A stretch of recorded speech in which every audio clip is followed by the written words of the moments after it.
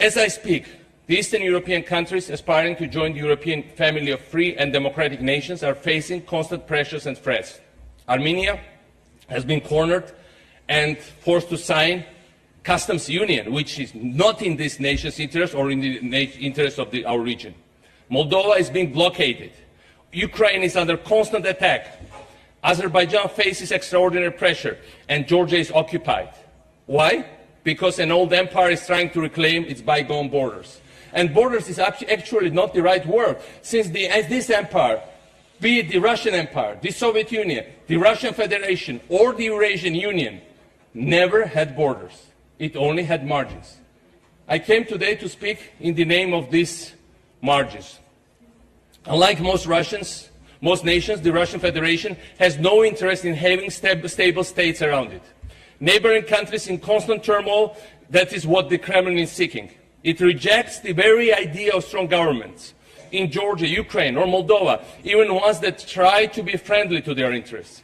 I was never a great fan of what the French call la langue de bois. But as my second term nears its end, I feel more than before the urge to speak my mind. Let us be very concrete.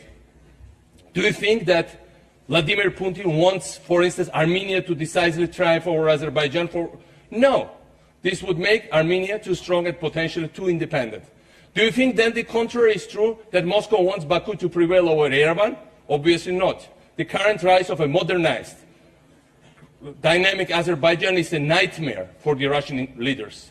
No, they do not want anyone to prevail, and the conflict itself is their objective, since it keeps both nations dependent and blocks their integration into European common space. Do you think that electoral defeat of the forces that led the Orange Revolution in Ukraine has led the Kremlin to take a softer approach to this country? To the contrary. I spoke yesterday to my colleague Viktor Yanukovych. His government is under constant attack and pressure from Russia. And that's what's happening on a daily basis. And, again ahead of the European summit of Vilnius. And Russian officials now speak openly about dismembering this nation. I just heard the speech 2 days ago. Do you think that Kremlin would agree to discuss the deoccupation of our regions of Abkhazia and South Ossetia now that the government has changed in Tbilisi? Far from it. The annexation of Georgian lands by Russian troops continues. Yesterday, the occupants have expelled again Georgian citizens from their houses and are destroying them, are destroying their villages, homes, the homes of houses of their parents and grandparents, taking in daylight their cemeteries in total impunity, water systems. Despite the friendly statements made by the new Georgian government in recent weeks and months, the Russian military keep advancing its positions, dividing communities with new barbed wires, threatening our economy, moving towards the vital Baku-Supsa pipeline, approaching more and more the main highway of Georgia, and thus putting into question the very sustainability of our country. I came here in the name of Georgian people to ask you, the international community, to react strongly to this aggression and to help us to put an end to the Russian annexation of our lands.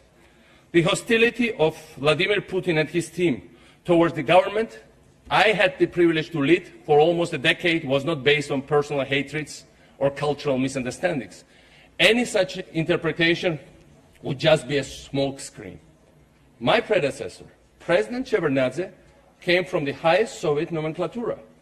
He was returned to power in Georgia with direct Russian help in the 90s through a military coup. He was well known for his Soviet diplomatic skills, unlike me. And yet Russia has constantly undermined his authority and even tried to assassinate him several times.